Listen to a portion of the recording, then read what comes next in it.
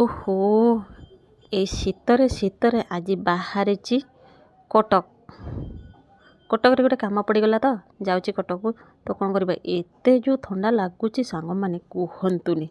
ସନ୍ଧ୍ୟା ହେଲା ମାନେ ଏତେ ଜୋରେ ଥଣ୍ଡା ମାନେ ବସିଛି ଜମା ମାନେ ଇଚ୍ଛା ହେଉନି। କାହିଁ ଗୋଟେ କାମ ପଡ଼ିଲେ ବୋଲି ବାଧ୍ୟ ହେଇକି କଟକ ବାହାରିକି ଯାଉଛୁ, ନହେଲେ ଯିବା କଥା ବି ନୁହେଁ। ଏ ଥଣ୍ଡାରେ ମୁଁ ଭାବୁଛି ଘୋଡ଼େଇ ହେଇକି ଶୋଇପଡ଼ିବା କଥା।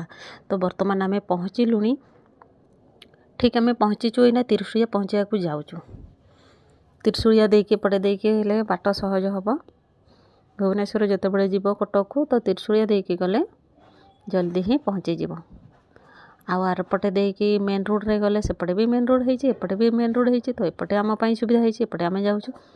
ତ ଦେଖନ୍ତୁ ସାଙ୍ଗମାନେ, ବର୍ତ୍ତମାନ ଆମେ ଯାଉଛୁ। ହେଲେ ଲୋକମାନେ କେମିତି ଯାଉଛନ୍ତି କେଜାଣି ଏତେ ଥଣ୍ଡାରେ। ମାନେ ସମସ୍ତେ ବି ଯେ ଯାହା କାମରେ ଲାଗିଛନ୍ତି, ଯେ ଯାହା କର୍ମରେ। ତ ଯେମିତି ହେଲେ ବାହାରକୁ ଯିବାକୁ ପଡ଼ିବ କାମ ପଡ଼ିଲେ।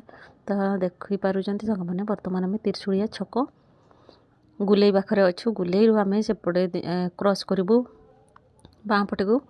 ବାଁ ପଟେ ଦେଇକି ବର୍ତ୍ତମାନ ଯିବୁ।